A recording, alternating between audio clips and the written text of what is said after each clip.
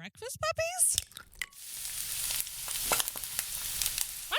This podcast contains adult language and content and is meant for mature audiences. Listener discretion is advised. The Glitterbois listening to you are, yes.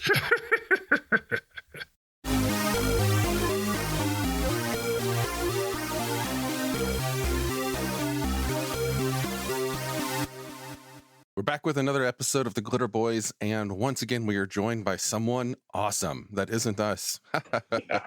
No, and that I mean, introduce yourself. My name is Ramón Pêrez. I guess here I'm known mostly for my work at Palladium Books, but I've worked through comics, kids books, web comics, illustration, graphic design. I think my art career has taken me pretty much everywhere I can create art at the end of the day. Do you have a really bouncy chair, by the way? I have extreme ADHD, so I have I have a exercise ball that I sit on. Oh, I used to sit on one of those for a while, but I think after a long day of working, my butt would get numb. Oh, no, 100%. You are absolutely spot on. I only use it for recording or gaming because it's my fidget.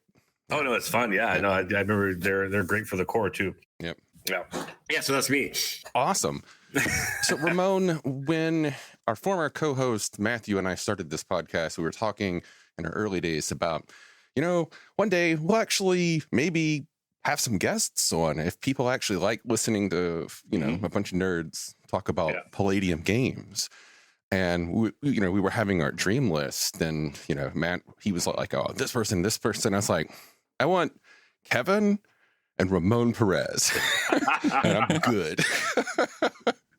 So what you're saying is after this interview, we're ending the podcast, is what you're saying. We're done. Wish list has been completed. I love it. So, Ramon, my first introduction to the art that you did for Palladium was when I was a teenager, and I picked up a copy of Rift's New West. Oh, yeah. Which still to this day is my favorite book in the entire Palladium catalog. Mm-hmm. Primarily because of your artwork in that. It defined my vision of Rifts.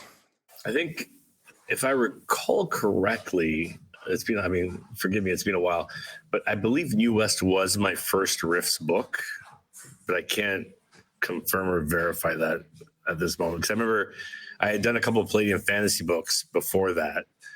I think one was a God's book, and I can't remember what the other one was offhand. And then I remember Kevin asking me, he was like, hey, I like what you've done on these other properties of mine.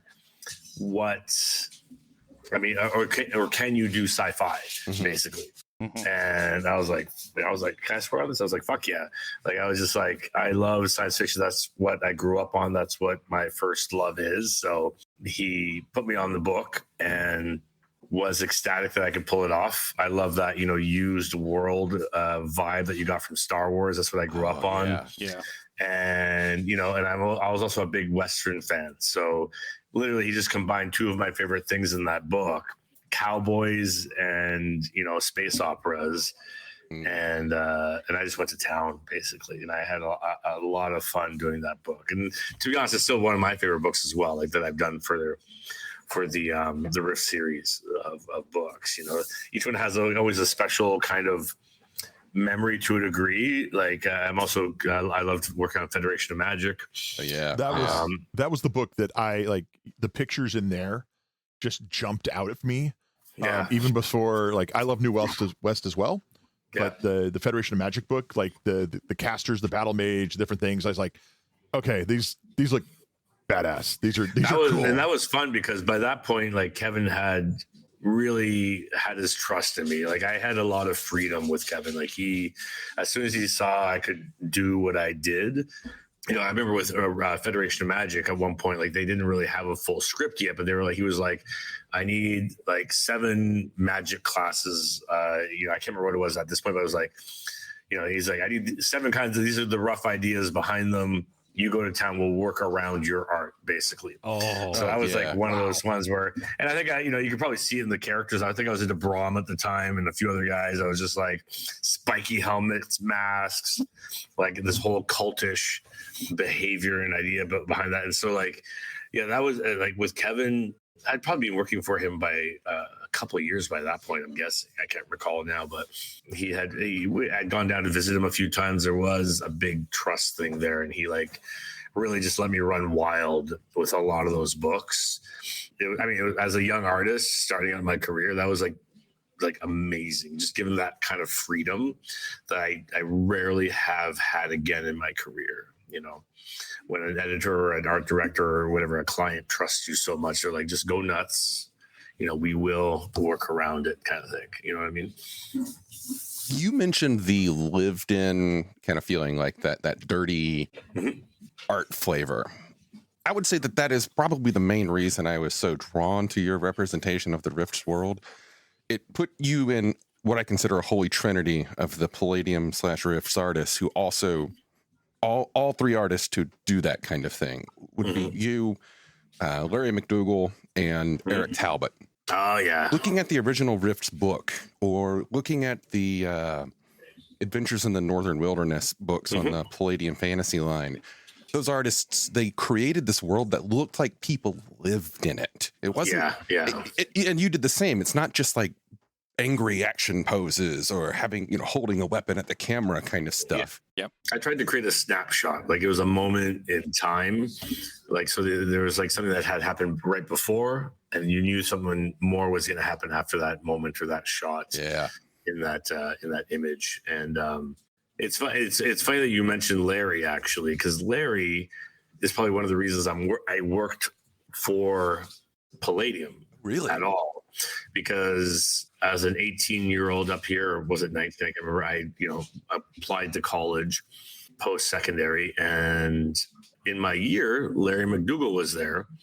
He had come back to college to learn color theory and really explore painting.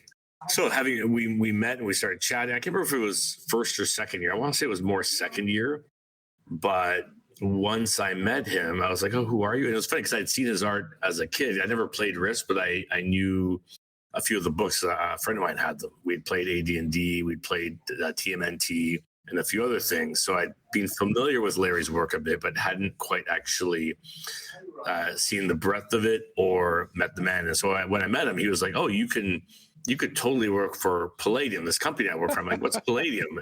So he kind of introduced me to the idea of freelancing in the RPG world. Oh, wow. It wasn't something that was on my radar. Like, I played the games, but I never considered it a career path.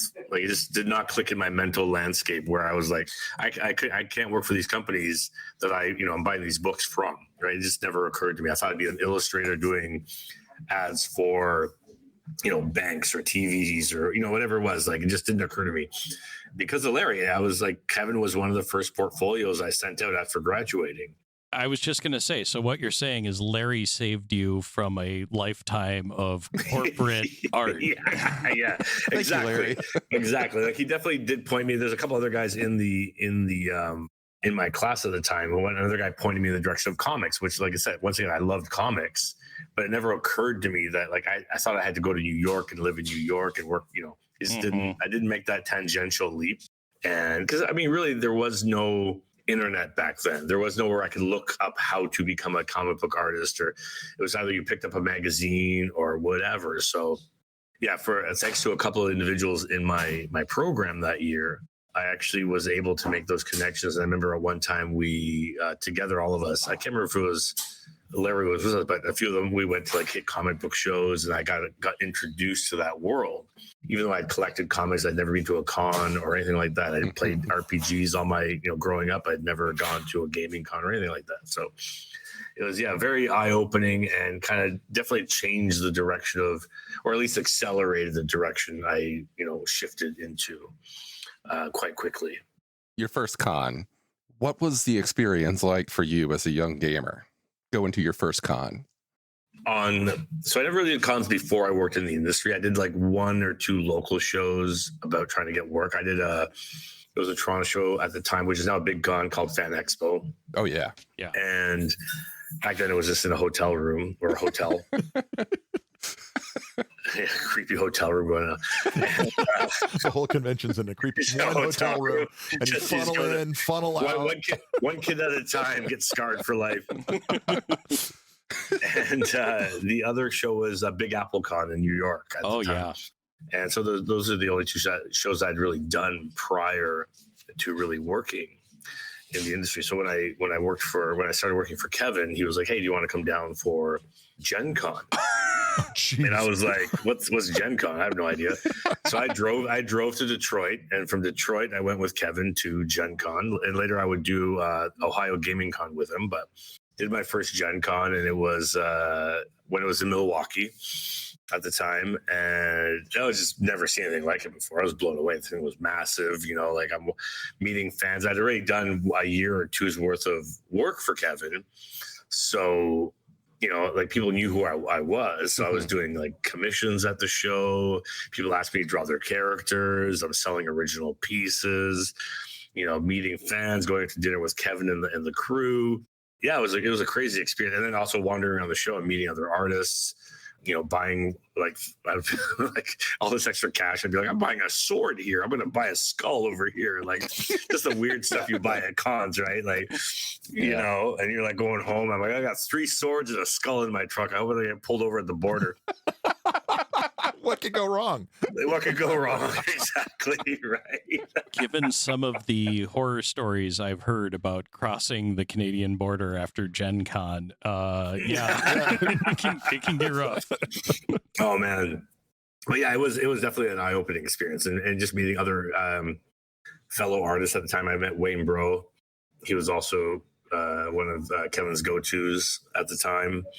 Not Dave Johnson. Oh my God. Like on his first name. Scott Johnson. Yeah. And I just got to know all these wonderful people, right?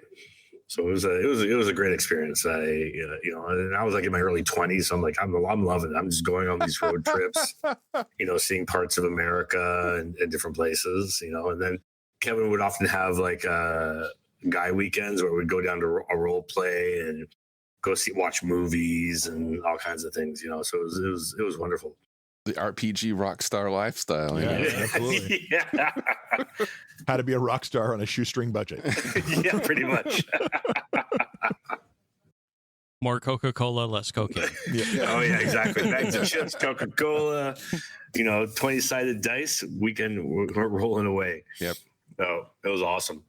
Do you have any pieces that you contributed to the Rifts series? Okay, not even Rifts, Palladium in general, that you consider to be your best work? Oh, definitely. I have a bunch of. I did quite a bit of work for Palladium over the years. I think I was almost there steadily for like almost 8 years. I think maybe like hardcore like a good 6, and then like off and on near the end. A lot of my favorite pieces, like there's definitely. I mean, New West I had a bunch. Like the cowboy with his boots up on the railing. Yeah. The full page splash that kind of inspired Machinations of Doom in the Rifter. Then there's like a couple in like Federation of Magic with a mage walking down a staircase with like books and stuff all over the place. That's the one I have that pulled up right now, and I'm looking. It's been one of my favorite pictures ever, because here's this leyline walker or battle mage, and he's walking into this room, and there's shelving. Of course, your name is hidden on a book spine, as opposed to your normal little. And like, it's one of those pictures that I've come back to over and over and over and over, because there's just so much in there. Yeah, I used to throw in so many Easter eggs, whether it was like friends or just oddball things into, especially those like kind of rooms where you could just fill them with all kinds of knickknacks and trinkets.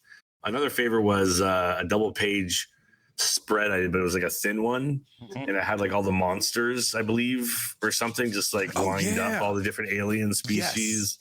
So like, one of my favorite things back then and still these days is actually reinterpreting characters. Like this is, even some of you mentioned Larry earlier, like I can't remember what book it was in, but there was a volume where I redrew a couple of his monster characters from earlier issues, and it was like kind of fun to go like back. Here's Larry's version. Now here's me interpreting this weird floaty bug weird character, or this, whatever it was, right? So And I've kept a lot of my favorites over the years. I definitely sold or donated many to Kevin's Christmas grab bags as well. I still have my entire run of the Machinations of Doom, except page 1, which was given to, I think Kevin bought it for an employee of his at the time.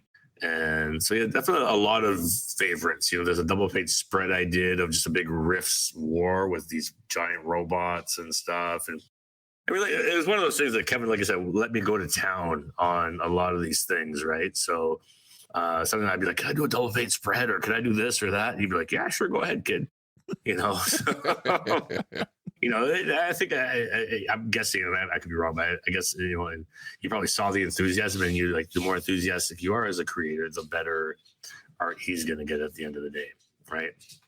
Yeah, and then playing in different like Dog Boys and Coalition Troopers. There's so many fun things I've done over the years that I probably have a good set of favorites in every book. Like, even there was one, I think I still have all the pieces still too.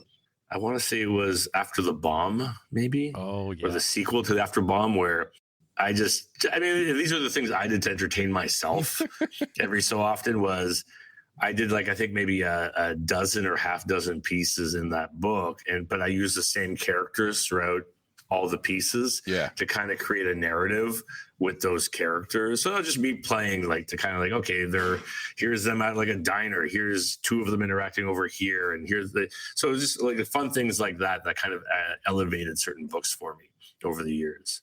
So how did Machinations of Doom come to be? So I know, when I first started working for Kevin, he had sent me, I remember, I think it was when I agreed to do the second job, because I did one job and then I didn't hear anything for 3 months. I was like, I fucked that up. And then he called me up one morning. He was like, hey, kid, you want to do 30 images for our next book? I was like, sure. and then I was like, what's my deadline? You've got 30 days. I'm like, oh God, okay. So I just tore into it. And I don't think that was US, but it might have been World of Darkness or something he did. Some kind of horror Beyond the Supernatural. Beyond the Supernatural? Could have been. I don't know. Yeah. I'm trying it's hard to remember the order of some of these, but I used to have a bookshelf with all the books in my maybe? Nightbane, maybe? Oh yeah, Nightbane. It could have been Nightbane too, maybe. Because I think he just lost, I want to say Kevin Long had left. And I was kind of coming in to replace a lot of Kevin Long's heavy lifting. Mm-hmm. Anyways, I used to have a bookshelf with all the books in a row on them, but they're all packed away in boxes now because I don't have the room here where I am now. But I had them in chronological order. As I did them, I would just put the next book on the shelf. Yeah. So now I believe they're packed away in my basement. But so I noticed when I got the books from Kevin, he sent me about 20 Rifts and Palladium fantasy books just to have as reference, basically, because there was no emailing them or FTPing them or whatever it was back then, right? So I just, so going through them, I saw that I believe two of the books had short comic strips in them. I think one was by Kevin Long in one of the earlier Rifts volumes. And I can't remember, one was maybe by Kevin, I think. It's been a while since I've looked at them anyways. So I knew Kevin had obviously a penchant for comics, right? And then going down and going for these guy weekends to Detroit, I definitely learned he had a love of comics. So we would often bond about different, eras of comic books. So when Wayne kind of brought out the idea of doing the Rifter magazine, and I think I can't remember if Machinations premiered in issue 6 or something, maybe around there somewhere. I was before that, I was like, hey, what do you guys think about doing a comic book in the Rifter? I'd love to do an 8-page. This is me just trying to because I always loved storytelling. I loved comic books, and this was as greedily for me as it was for anything else. Was to I'd love to do a comic book and play in this world, and it's also a way to cut my teeth on storytelling and learn that craft as well. So yeah, I just proposed the idea to Kevin. He's like, well, we got a limited budget, so this is what I can give you. I was like, it was less than what I was getting paid for my illustrations for the Rifts books, but I kind of didn't care because it allowed me once again to play and do something I was writing. At first I started co-writing it with somebody, and then I just took over writing, I think by issue the 3rd installment, and then and then drawing and everything, lettering, just the whole 9 yards. on this series. And like I gave, Kevin a rough pitch idea for the story. I think it wavered off a little bit on a tangent, but with the idea of doing a second part later on to wrap up the next phase, which never happened, unfortunately. But it was great. Like once again, this was, I think, Kevin just giving me the freedom to play and try something, and like, like I said, we both love comics. So it was just a great way to do that. And I took the characters from that one piece I did in US. And I was like, okay, there's a story behind this piece. I love these characters. Let's make something bigger out of it, kind of thing. And it was it's still one of the highlights of my career doing that book. Like I look back on that, definitely obviously grown as an artist, but there's just such a raw energy because I was like, it's like putting a racehorse out of the gate. I'm just barreling through, trying things, experimenting with story, panel layouts, character designs. Like that was a lot of fun. As a Rifts player, it was really fun seeing all of these things that we'd been so familiar with come to life. Like finally seeing somebody draw something using the Mountaineer. Because I think that's the stuff I loved. I was like, once again, taking these things that were designed and making them like somehow work. Like, I think like, you can make your own vehicle. I was like, I want to use this weird 3-wheeled thing from, how does it work on the inside? What does it look like? How do people fit inside of it? Like that was like my nerd brain loved that aspect of playing with these things. I remember I did get some flack a little bit from some fans going like, "Oh, that gun doesn't have enough like damage to do what he did in that comic." But for me, it was just like I'm doing it for effect. I'm doing it for, to be honest, I've never played a Rifts game at all. I played in Fantasy and I played Beyond the Supernatural with Kevin. I've never actually played Rifts. So I was just winging it. I read the books, the manuscripts as I got them, but I never actually, I never looked at the gun going, well, this one looks like it does more damage than that one against this armor over here. And I'm like, I was just like 3-wheeled machine. I got a burster, a line walker, a dog boy, all this stuff. Let's go to town kind of thing. Well, I'm surprised they gave you flack over the weapons. The opening scene or one of the scenes when the burster like just nukes everything in the room.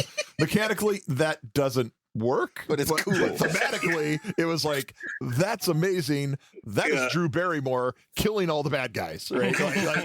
Which is basically, let's be honest, that's what the burster is. But yeah, no, I reread it last night. Oh, nice. And I was like, wow, this was Rifts. This is absolutely Rifts. 100%. Mm-hmm. Once again, I guess it's just like when you have an adaptation of anything, what works for the moment, the for effect. Sometimes not necessarily as accurate as it should be, but you're doing it for the theater of it all, right? Exactly. And critical hits happen, darn it. Exactly. And as you as a storyteller, trying to tell this story, I've read fiction, I've seen shows where they try to follow the like game material so closely and it doesn't tell a story, right? It's a great game, but it doesn't tell a story. Yeah. And you get bogged down by literally the mechanics of a game to try to tell a story. And it's like, there's always a balance. For sure. Yeah. Like I used to GM a lot when with my crew when I gamed regularly. And there was two of us that were kind of like the main GMs. And one guy, we always joke, we called him Rule Boy, and because he was just like strict to the rule. And I was the guy who I'd be like, roll it, I'll fudge it because I want the effect. I want the bombastic moment or the satisfaction of that moment. Like maybe the roll didn't quite make it, but it was going to be a big moment and the characters are going to love it or whatever it might be, right? So they kind of like, you play more on an emotional level rather than always sticking to the rules when you have to.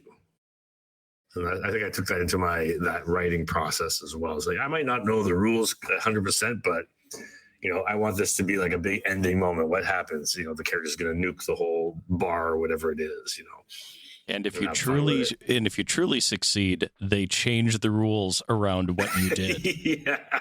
Well, I remember one of the things, I remember when I first started working for Kevin, one of the things he was always like, he's like, don't make any new characters or weapons. Just please don't do that. Don't make stuff up, because you're gonna make something up and I gotta put stats for it. So just use, you have all the books, you have the things, just draw what's there.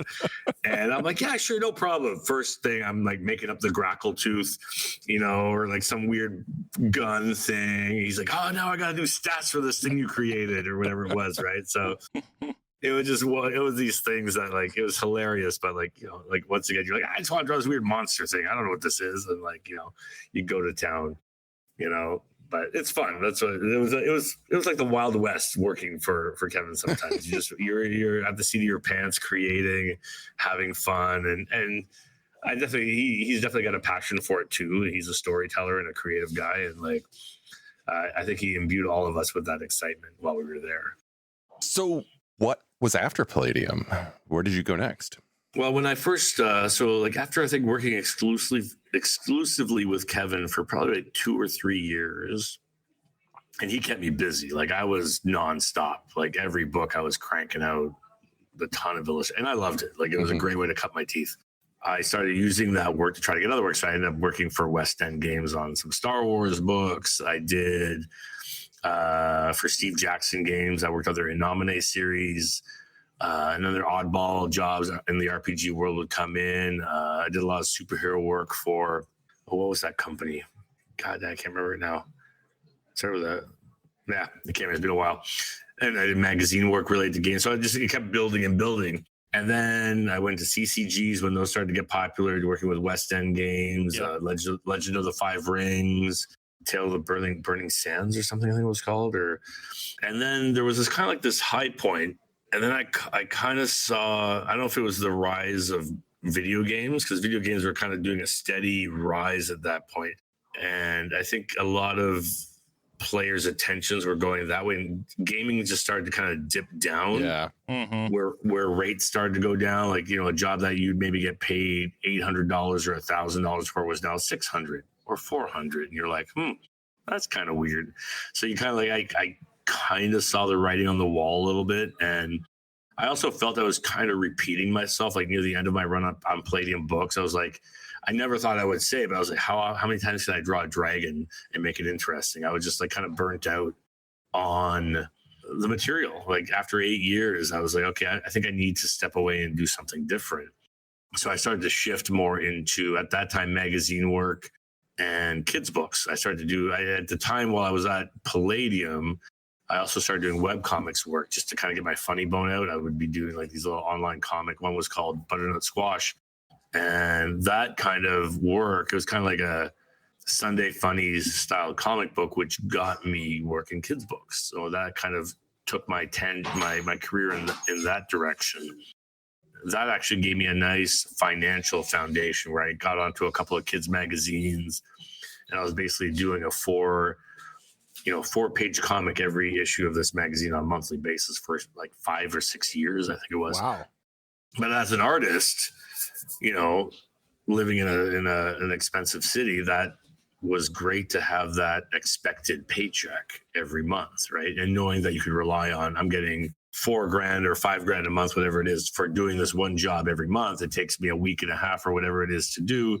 And then it gives me the rest of the month to do other jobs, whether it's gaming, fantasy cover work, trying to get into comic books and that sort of thing. So I kind of use that transitory period to try to push my way into comics, working for Marvel and DC and that kind of work, and not with a lot of luck. Like I would do 1 or 2 jobs and really get nowhere with. They were fun jobs, but they didn't really blow me up onto the scene as quickly as I kind of blew up in the gaming thing with Palladium, right? And then I did a book called Tale of Sand, which that was in 2011. And that kind of blew me up with once again, this was someone recommended me for this job based on my past body of work. And similar to Kevin, the editor on this project, his name was Stephen Christie, was the main editor. And we became friends and have remained friends since. But he gave me like complete freedom on this graphic novel. And I think on my earlier comic book work attempt, I felt a bit constrained. Like you're kind of like, oh, I'm working for Marvel. I'm kind of tightening up a little bit. Like I'm performance anxiety or whatever you want to call it. Like you're like, oh God. So I still think I did good work, but maybe I didn't feel as liberal with what I was creating or as free. So when I did Tale of Sand, the editor kind of gave me that freedom, which I think also produced some of my best work at the time, right? And that allowed me room to play and try new things and experiment. And then, that book ended up winning a bunch of awards. And then those awards got me work at those same companies I was trying to apply to before and was not getting any luck at. So like one of my first books after Tale of Sand was X-Men, because the book had gotten such notoriety. They're like, hey, you want to work on X-Men? I was like, yeah, of course I'd love to work on X-Men, right? Like, but it's just like one of those catch-22s. They're not going to hire you till they see the work and all this stuff. And like, yeah, so it was an interesting ride. And it has remained so since. I've had the, great opportunity to work on like a lot of the Marvel properties, but also dip into weird things like Jane, which was like a romance graphic novel, essentially, playing around with that kind of stuff. And then even returning to Palladium to do small jobs, or like when Kevin collected the Rift Machinations into one volume I think it was 2007, around there, I think. And that was fun because I was like, oh, I get to do a new cover. I get to like tweak. I redid all the lettering for the book. Like I fixed it up kind of thing. He did back matter. I did new art so it was like a lot of fun. Like it was just like a continual kind of growing experience. And it still hasn't stopped. Like I'm always venturing into new avenues, trying new like I love comics, the storytelling. And, I even joked with Kevin last time I saw him. I was in Detroit last year for a con and we went out for dinner. I was like, what would the Riffs comic license be like? Could I do comics? Like, because I started a publishing house here in Toronto. I'm like, oh, well, that story I always never got to tell, whatever it might be. So I'm always one of those guys who's just like, you take the risk because you don't know what, like if you don't take the risk, you're not going to get the reward. So, Kevin's like, let's talk, Hell yeah. And I think that would be a hella good time. Right. You never know what might happen until you ask, and see where things go. I for one would read the hell out of a Riffs comic. Yeah. Because I've always wanted Riffs in another format. Not just gaming, a TV show, anime, movie, whatever. And the Machinations was like, oh, just gets you started going on these ideas and these impressions of what's going on. I to go back to it real quick. Did you get to talk with Jim Henson? Well, Jim had passed by the time. He had passed by the time because he passed in the 90s, I believe. But I did get to chat with his family. So I met his daughter, Lisa Henson. I met his son Brian, and then I met the archivist for the Henson Company, who gave me a ton of like DVDs showcasing Jim's college work. And I'm talking with Lisa, going out to dinner with her in LA, and getting insights on their family trips and into the desert and stuff, and his favorite color. Like, so it's almost like I met him in a weird way. Like I was so immersed in his, I guess, life or aspects of his life, like especially looking at his old experimental, like early pre-Muppets, pre-anything, like his just experimental work where he'd be like doing college projects or whatever it was, and really kind of seeing the struggles of a young creator trying to find his niche, right? Like he was doing short films, he was playing with Muppets, but nothing was really taking off till I think it was Sesame Street, then eventually the Muppet Show, right? Mm-hmm. And I grew up as a kid, I loved the Muppets to no end and Sesame Street. So it was like so cool to discover this other aspect of Jim I didn't know existed, because I knew his like Labyrinth and Dark Crystal, and like I said, the Muppets and Sesame Street and all that kind of stuff. But I didn't realize there was this guy before that doing live action weird shorts, trying to do films, working with a writing partner, trying to get these weird things off the ground. And I just need to see someone's journey that was so reflective of my own at the time, because I was still trying to get my footing and try different things and do different things. And like, it was like that whole, like 2 steps forward, 1 step back. You're succeeding a little bit, you're failing a little bit, you're doors are opening, doors are closing around you. So yeah, it was very, I'm not sure what the word I'm looking for is. A very not informing, but very just kind of like there was like an empathy I could have to the material I was working on and all the stuff I was diving into by kind of seeing the same struggles in myself as I saw in him. And I think I put those in the book as well. Yeah. I mean, okay. So you've worked on Palladium, Rifts, Beyond the Supernatural, we think. I'm pretty sure. I think I worked on all the Palladium lines and the superhero stuff. Yep. Yeah. I think I pretty much touched on all the lines they had at the time.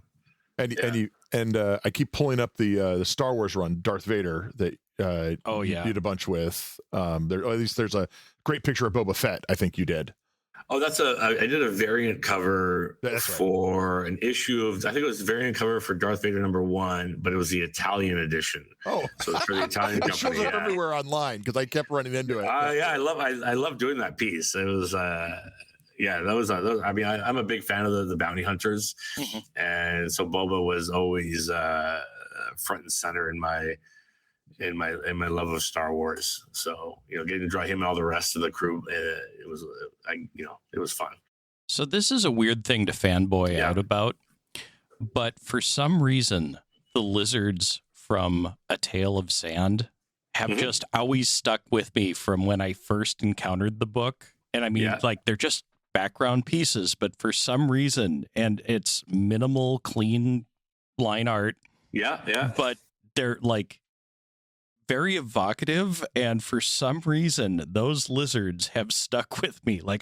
I might not be able to remember the title of the book. It's the Jim Henson screenplay that Ramón Pêrez did that has those lizards. Well, it's funny that you mentioned that because I'm just looking over here seeing. I was looking for a book here, but I don't have it on hand here. I don't know if I stole those lizards or those lizards are me riffing off of the way Al Williamson did his lizards in because he would draw when he did the Star Wars newspaper strip, and he would put these lizards all over the place. And I think I loved his work. And I was just like, I'm just going to throw lizards. We're in the desert. I'm just going to throw lizards everywhere. I don't know how accurate that is, but I'm just like, I'm throwing them left, right, and center. Having been in camping in Outback, Arizona, and, walking out of my tent to a couple lizards looking at me like, what the hell are you doing? I love it. Oh my God, that's amazing. So really weird favorite art piece. Your lizards from Tale of Sand. I love it because to me they mean something to me too. So that's kind of funny that you say that. I think every good project has like a little nuance or memory attached to it in some capacity, and or it's an artist doing like a tip of the hat to a previous artist they're inspired by or whatever it is. Like certain things, like the lizards from Al Williamson, or the way I draw my hands sometimes is I stole from like Arthur Adams growing up, because the way I loved he did certain things and all that kind of stuff, or like Mignola for spotting his blacks when I was like in the Rifts books, just throwing blacks around like ink was the cheapest thing on the shelf. Well, good job on that, because we've been quoted on this very show before saying that you had a really, really, really effective use of blacks in your art in the Rifts thanks, book. man. Thank you. Yeah, I'd like to return to more of that. I haven't done that in a while, and as I look back on something, because you grow and evolve as an artist, and things change as the technology changes, and your clients change too, right? And that's just something. As I moved away from black and white, I started to go more full color work, so I started to change the way I drew. But it's definitely something I missed, and I would love to return to that as well. But I mean, also Rifts also just lent itself to heavy blacks. You're like, it's dark, it's dirty, let's have fun with it. So, speaking of New West, I just had a question. When you were going through the process of doing a lot of the artwork for that, were you not like copying, but like as a reference piece, looking at Louis L'Amour covers at all? Don't know the name. Okay. He's a famous Western author, and while there are a bunch of different artists did the covers for his books, there was some very strict rules that it had to have that lived-in, used feel to it. And while it there's a couple pieces that you did where it's like, it's not the same in any way, shape, or form, but it has that something's about to happen and the person looks like they live in the clothes they're wearing. That and so there was, I have seen a couple notes in the art for New West that seem to call it to it, but it's also something that's in the zeitgeist of Western literature at this point. Yeah, so I mean a lot of like early around that time too, I didn't even own a computer or anything like that, so unless I had something on my shelf that was maybe a cover of theirs or something, like a lot of that was just me playing in my natural state. Like I loved putting nicks and scratches, dents and bangs on things. I loved when people were talking to have spit flying out of their mouth. Like it was just one of the, like, I remember like one of the notes I get a lot from DC when I do DC covers. Sometimes I'll have like an angry Superman with a spit flying out of his mouth. Yeah. And they'll be like, no spit, Ramon. Superman doesn't spit. Not on the cover, at least. He might spit in the book, but not in the cover. So I'm always like, it's one of my hilarious notes. I get a lot of, I'm sorry, Clark Kent is totally a spitter when he's mad. I can totally see he's a close talking spitter. Yeah. So, but that would just be, I just love that. Like I said, I grew up on Star Wars, and Star Wars was one of just my favorite. And that was like George just putting together a rough and tumble world, like a broken, used landscape, and I think I just translated that into my work. I love bringing that into play. And, I also grew up, my father was a mechanic. So I grew up, a lot of fix-it patchwork stuff. I'd be working on the car with him, getting greasy, fixing things around. So they're, taking that probably inadvertently, that knowledge base, which was sinking in, was definitely part of it as well, to be honest with you. Oh yeah. Yeah, no, definitely that. I can definitely see that. Ramon, how did Stillwater come about? Well, Stillwater, so that was my last big creator-owned project with Chip Zdarsky up here in Toronto, and that was through Skybound.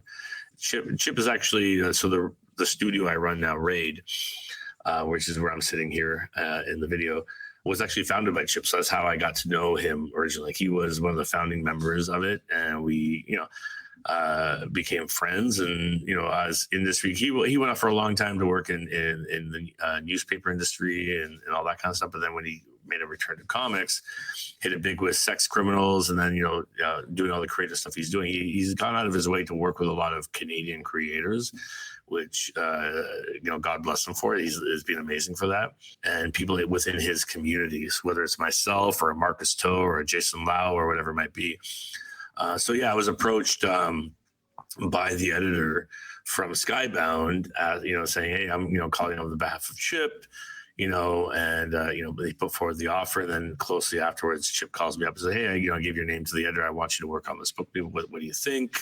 At that point, I think I'd wrapped up my tenure at Marvel. Like I'd done my last few things, and I was looking for something different. Kind of once again, like I'm kind of burnt out on the superhero. What can I do that's different? Small town horror. That's probably the other end of the spectrum as anything else. So I read his. I think at the time when I came on board, he had written already 3 issues, and so I kind of got those, sat back and gave him a read, and I kind of just signed on. I like the idea. It was like a finite series. It was like not an ongoing series. Mm-hmm. He had a vision for the end, which I also liked. I like books that finish, So as much as I love collecting comics as a kid, as I've gotten older, I've always actually done, to be honest, even when I was a kid, one of my favorite things was buying limited series. Like this is a 4-issue, a 6-issue, a 12-issue, whatever it was. And they kind of stopped doing that after a while. I don't know why it was, but it was always one of my favorite. Like if you look through my long boxes as a teenager to young adult, it was like a bunch of series, but the majority of it was just mini series that I just picked up because it's a nice, like, sweet little chunk of a creative team. Yeah, I was the same. I remember my favorite comic series when I was a child, teen. I don't remember how old I was, but I remember it was like a 6-issue limited series called Brute Force about animals Brute Force, giving robot prosthetics. It was cool as shit, but I liked it because I knew it was going to have an end. Yeah. Yeah, and obviously a lot of that's kind of returned a little bit with Image, and they do a lot of shorter form. Same with Boom, but there was like a while there where it was just like continually ongoing stuff, which kind of pushed me out of the Marvel DC stuff because I can't keep up with what's going on, continuity, all this stuff. So I just signed on to that, and Chip being local, it was great if we ever needed to hop on, a little visit to a local cafe or something, and go over stuff and chat. It was great. And once again, he would just like run with it, like have fun with it. And, he wrote a solid script, being an artist himself. So he has a very natural visual language to his work. So it made for an easy interpretation on my part. So it was funny. Yeah, it was the only thing that book suffered from was it was released mid-pandemic. So like, even though I've gotten some great feedback and still has some great super fans out there, it was hard to gauge how people reacted to that series, if that makes any sense. Because like, not sure, but I think it came out in, I want to say early 2021. Or maybe it might have been 2020. No, I think it was 2021. Yeah, it looks like 2021, March. Yeah. So like just like right in the thick of it, basically. Yeah. You know what I mean? So like, I think I did one con in 2021. I think it might have been Chicago, which was they moved C2E2 to the winter of that year. And it wasn't until 2022 when I think I did my first show where I met and saw people's reactions to the material. And stuff. So that one kind of came out in a vacuum more so than any other book I've ever worked on, because usually you do a book and you're out at shows, you're promoting it, you're engaging with the readership. And so you're getting you're on the pulse of how people are like while you're creating it in the middle of it. Right. But it wasn't, I think the first regular amount of shows happened and I was already near the end of the run of the series by that point, kind of thing. So I think the only thing that for me was kind of I don't want to say sad experience, but it would have been nice to actually be able to be out there while the book was fresh and, coming out, kind of thing. But I think it did gain its audience. I think it just might have not gained the audience it deserved at the time, basically. Speaking of that sort of thing, I was kind of wondering, how did you end up getting involved in Baruch McKenna's Jane? So that one stems down to Stephen Christie, the editor I mentioned earlier, who was my editor on Tale of Sand. Like I said, we had become friends. I'd go down to LA. He was, the publisher was in LA. I'd go hang out. We, just like I said, friends. And so the Jim Henson lot, where I would go to see Lisa and the Henson crew, had a bunch of offices on the lot, and one of them was Aline Brosh McKenna's office. And Stephen had informed me, like, hey, I'm working, with Aline Brosh McKenna. She, was the Oscar-winning screenwriter of Devil Wears Prada. She's trying to do a graphic novel. I'm like, oh, that's cool. That sounds neat. He's like, yeah, we're trying to find an artist, and nothing's clicking. She's met with a few different artists. Nothing's worked out. Would you be open to meeting her one of the next times you're down in LA? And I was like, yeah, sure. So literally one of my visits, just on going out to see friends, I took some time. We went over to her office, got to know her, and we clicked immediately. She was a fan of us, the early 40s and 50s illustration art, which I was a big fan of as well. We talked shop, we vibed.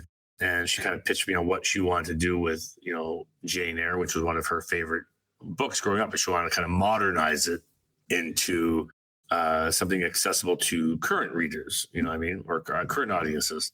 And yeah, and that one took a while in the sense that I think we're working on that one for almost, I want to say 2 or 3 years before I even put pencil to paper on that one, because the script kind of went on a few tangents. It kind of was like, it was going one way, and then we're like, oh no, she kind of was directing it this way, and it would kind of come back over here.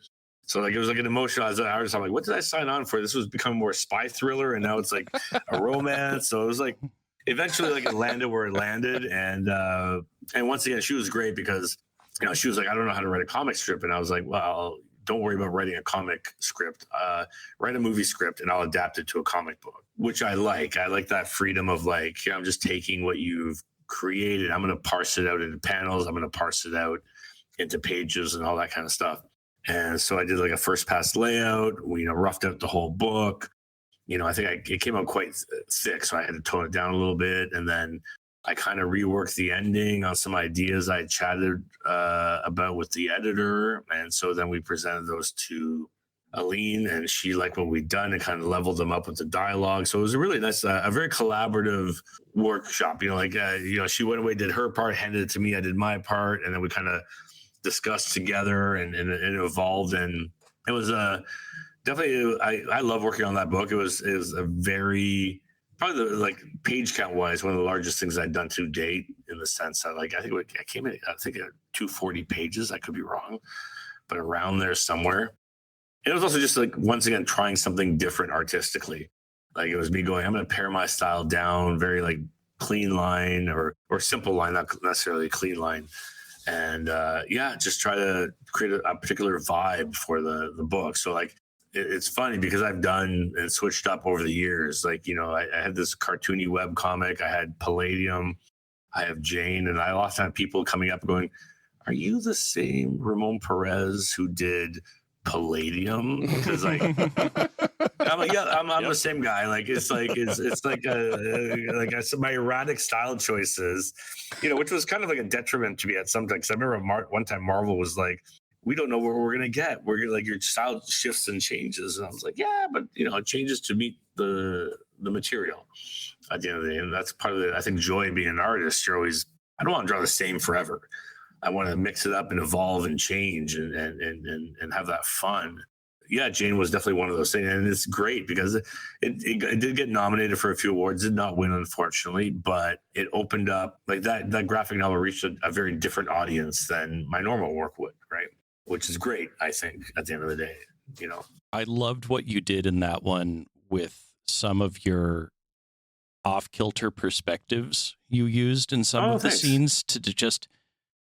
The dialogue is really straightforward. Nothing in what the characters are doing seems off, but the way everything in the background is just slightly off kilter gives the sense without putting it in the forefront, and it was very well done. Oh, thanks, man. No, thank you. Once again, it was just with Stillwater too. Going back to Stillwater, it was stylistically, I didn't do anything crazy different, but I tried, for example, that one because it was a small town, and you have that ennui of in a town where you live forever, you're bored, nothing changes. So I wanted to keep the panel layouts not necessarily boring, but as simple as possible. So when things did get screwy, when I tilted the camera, you would actually feel it because you're like, whoa, okay, this is so different than what's been happening to this point, right? And and Jane was like that as well. This is a real life story of a girl leaving her town, going to the big city, getting caught up in something bigger than herself, and how do you tell that story? It's not only just in the art, but it's in the panel, like you said, camera angles, layouts, panel shapes, all that kind of stuff. So I definitely do try to go out of my way to have everything I do on the page inform the story as best as I can, or the reader's experience in that regard. I will say that my experience with Stillwater was fascinating because I had followed you on social media when it was out, but I just never got around to reading it until earlier this year. And when I started reading it, I consumed it in about 2 days. Oh, wow. And it kept coming back into my brain afterward because that, no spoilers, folks, but the last 3 pages of that comic change everything that you thought you were thinking about. And then, but that keeps coming into my brain because of the way that the story set up certain other things. That there's this moral quandary of what has happened now. It still kind of creeps me out. No, I mean, Chip was great with that. It was I think it was also for him. It might have been an experiment in subtlety, because a lot of this stuff is very bombastic and loud. Especially the superhero stuff too, or sex criminals. This was a very subdued. It was a slow burn thriller, when things got uncomfortable, they got really uncomfortable. Kind of thing, right? And if you actually thought about some of the things that were happening, you're like, oh, that's a little bit fucked up. You know what I mean? No. So when it came to Stillwater, it was unsettling the entire run for me because, well, one, I worked in the town of Stillwater at the that's hilarious. At the psychiatric hospital. Oh my God, that's hilarious. And A+ for making pink a threatening color. Well, that's Mike Spicer. I can't take credit for that. He did, but it was great. Like even I always say like issue 3 or so around there is where everything comes together with that book. Like I was finding the visual voice, and I think Mike was finding the color palette he wanted to play with. And I think around issue 3 or 4 is where it kind of all comes together. And by that point, we had also caught up to what Chip had been writing. So like I said earlier on, he had already written 3 issues by the time I came on. And I think he did mention to this me at one point, as he saw me drawing them and saw what I was putting in, he actually changed how he was writing the stories a bit. Because he felt like some of the first 3 issues were a little bit too slow, because once you saw them on paper, it was like, so he kind of actually, I think the series was originally supposed to be like 3 or 4 issues longer, according to his original pitch. And he kind of compressed and tightened it up as we were working on it, because just to keep that kind of pace up, so you didn't feel slowed down or anything like that. So it was interesting to work on that. Do you have anything you're working on now that you want to promote? Now it's a kind of a weird time. Like, so right now I'm working on a large project. I've had an interesting past couple of years, and so my father passed away last year, so I'm kind of taking my time dealing with his estate right now, finalizing all that stuff. And it's always a lot more than you think it is. When you go through. You don't think about it, but when you go through, you're like, oh yeah, all these things. It's just a long list of things that keeps appearing. And my father was organized, so that's kudos to him on that. Make my life a little bit easier. But so I've been taking my time dealing with that. I would end of last year and the year before, I was doing a lot of DC cover work. I did the Flash last year. That's probably the last sequential run I did.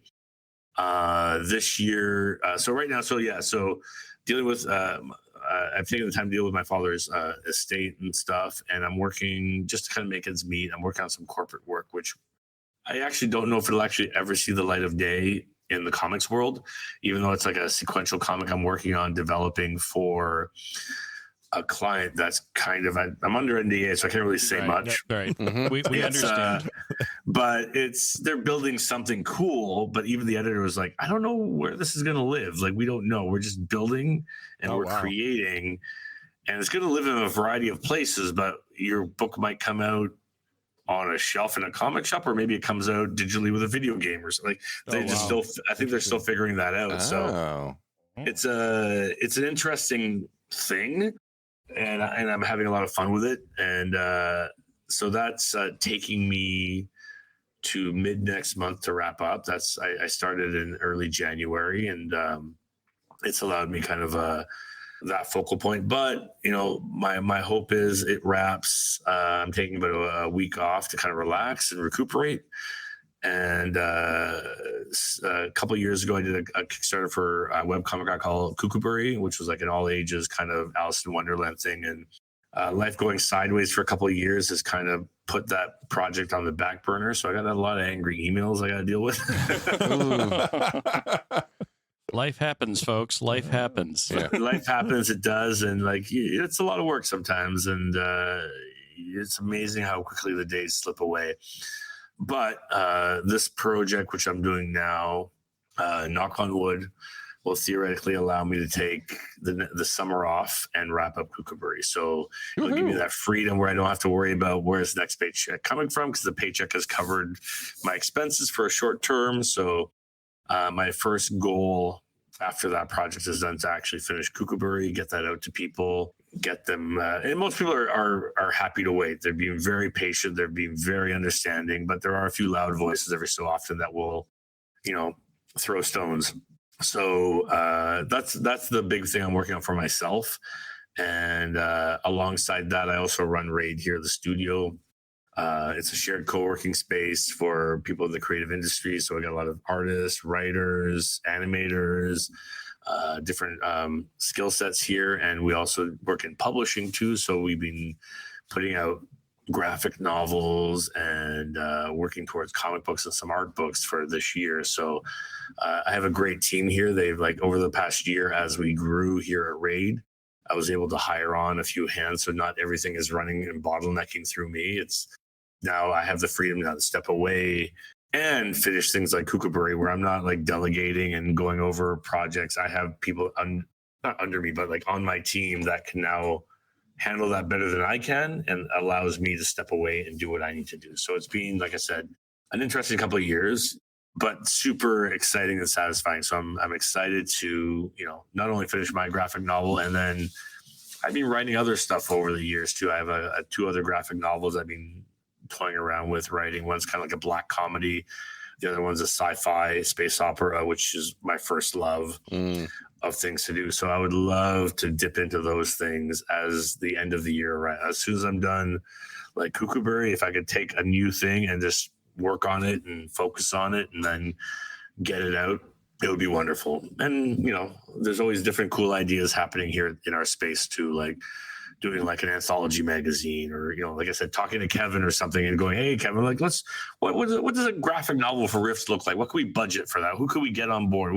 And what does that look like? If I don't draw it, do I art direct, and do I work with an artist? I love that kind of stuff. That's I think the adventure of the career I've had is allowed me to try these things. And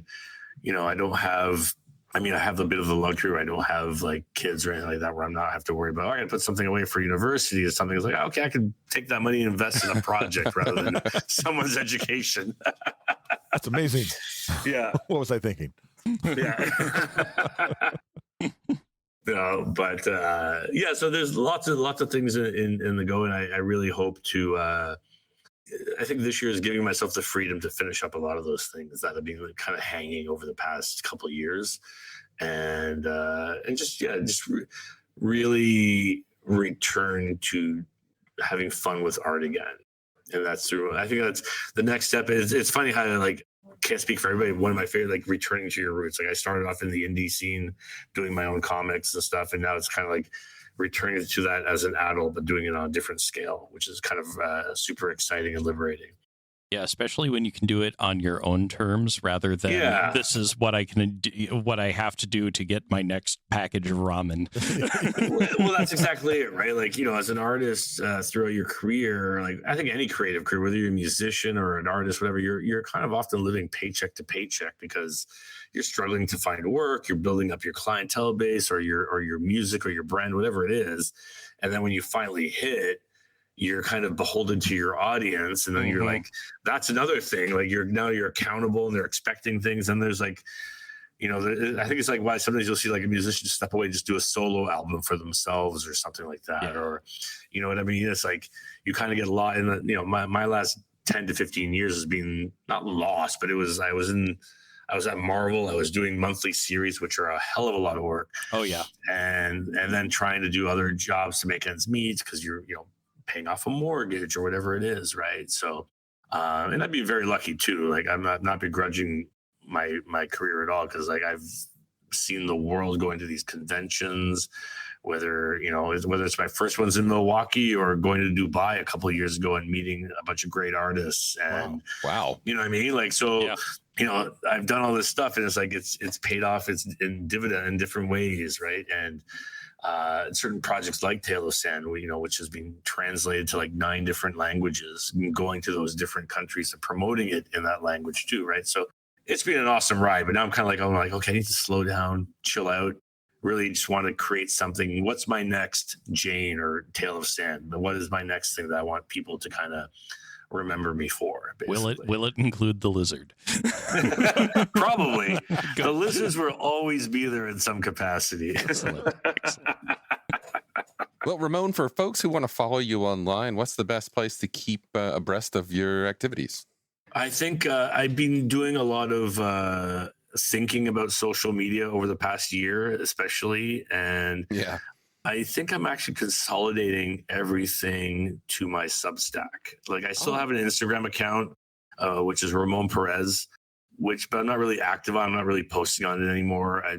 I think I'm a little bit burnt out on social media. Mm-hmm. So I like the idea of, once again, going back to the roots, I like the idea of returning to like a blogger style thing where I can just be like, you know what, here's my one update for the month. Here's me doing a bunch of art. Here's some things I'm working on. So I believe it's just ramonperez.substack.com, or it could be Ramón K Pêrez. I can't remember offhand. But if you just probably search Ramón Perez Substack, you'll probably find me. But that's where I'm going to start probably producing most of my updates and sharing artwork, and just kind of have a funnel rather than having a bit on Twitter, a bit on Instagram, big on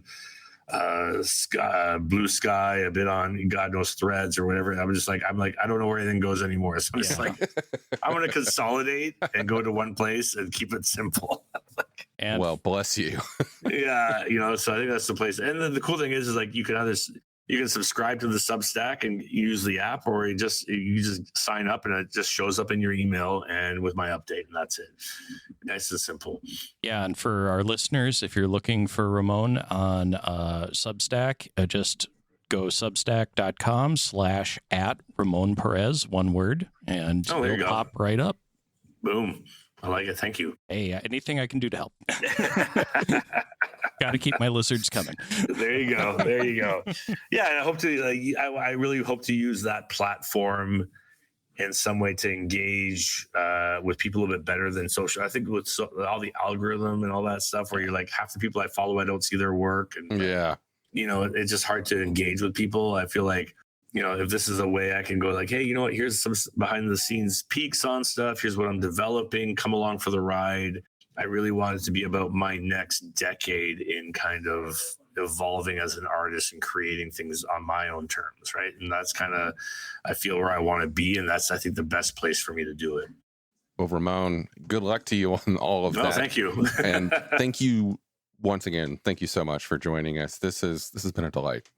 Oh, it was my pleasure, man. Thanks for having me. Sorry it took us a couple of rounds to lock it in, but really fun chatting. Yeah. Technology of the 21st century. It's still, we haven't quite mastered electricity. We didn't even get to all the Palladium stories I thought we would, but there's so many. So maybe another time. Maybe. Yeah. Hey, we'd love to have you back. Yeah. I mean, I'm sure that Nathaniel is not vibrating in place at the thought of another round. What are you doing tomorrow? No. And I didn't even touch on a couple other things I wanted to talk about. So we're at least I'm always happy to chat. So if in a couple of months we want to do it again, I'm more than happy to. Right. Absolutely. Yeah, we'll check back in on you. Awesome. Well, thanks again, Ramon, and folks at home. Thanks for listening. We will catch you next time. Awesome. Pleasure being here, man. Cheers.